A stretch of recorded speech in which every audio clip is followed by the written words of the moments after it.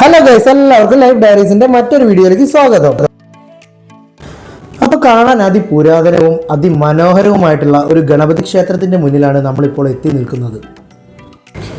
ഈ ക്ഷേത്രം സ്ഥിതി ചെയ്യുന്നത് സുൽത്താൻ ബത്തേരിയുടെ ഒത്ത നടുക്കാണ്. സിറ്റിയുടെ നടുക്ക് എന്ന് തന്നെ പറയാം. കോഴിക്കോട് ഭാഗത്തു നിന്ന് വരുമ്പോൾ ചെറിയൊരു അമ്പലത്തിന്റെ കമാനവും അതുപോലെ തന്നെ ചെറിയൊരു വഴിയുമാണ് നമ്മൾ കാണുക. ഈ വഴി യഥാർത്ഥത്തിൽ നടന്നു വരുന്ന ആളുകൾക്ക് അമ്പലത്തിനുള്ളിലേക്ക് കയറാനുള്ളതാണ്. അതിൻ്റെ തൊട്ടടുത്ത് തന്നെ കാറും മറ്റു വാഹനങ്ങളുമായി വരുന്ന ആളുകൾക്ക് വരാനുള്ള ഒരു വലിയ വഴിയുമുണ്ട്. ഇത് പെട്ടെന്ന് ശ്രദ്ധയിൽപ്പെടില്ല.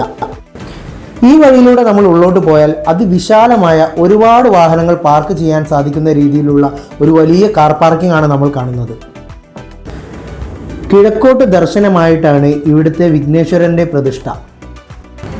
ഉപദേവന്മാരായി ഭഗവതിയും അയ്യപ്പനും നാഗരാജാവും ശിവനും അതുപോലെ തന്നെ നാലമ്പലത്തിന് പുറത്ത് ശ്രീകൃഷ്ണനുമാണ് ഇവിടുത്തെ മറ്റു പ്രതിഷ്ഠകൾ. ക്ഷേത്രത്തിൽ അതുപോലെ തന്നെ ധ്വജവുമുണ്ട്. ഗണപതി ഹോമവും നെയ്പായസവും ഇവിടുത്തെ പ്രധാന വഴിപാടുകളാണ്. പണ്ട് കാലങ്ങളിൽ മഴ പെയ്യുന്നതിനു വേണ്ടി ജലാഭിഷേക വഴിപാടുകൾ ഇവിടെ നടത്തിയിരുന്നു എന്നാണ് പറയപ്പെടുന്നത്. വിനായക ചതുർത്ഥിക്ക് ഇവിടെ 1008 കൊട്ടത്തേങ്ങയുടെ ഗണപതി ഹോമം നടക്കുന്നു. മകരം 15 കൊടിയേറി 6 ദിവസത്തെ ഉത്സവമാണ് ഈ ക്ഷേത്രത്തിൽ നടക്കുന്നത്. 5 അടിയോളം ഉയരമുള്ള ഗണപതിയുടെ ശിലാവിഗ്രഹമാണ് ഇവിടുത്തെ മറ്റൊരു പ്രത്യേകത. അപ്പോൾ ഗൈസ്, വയനാട്ടിൽ വരുന്ന സമയത്ത് നമ്മുടെ മഹാഗണപതി ക്ഷേത്രം ഒന്ന് സന്ദർശിക്കാൻ എല്ലാവരും ഒന്ന് ശ്രമിച്ചു നോക്കൂ. ഏതായാലും നമ്മുടെ ഇന്നത്തെ വീഡിയോ ഇവിടെ വൈൻഡപ്പ് ചെയ്യാണ്.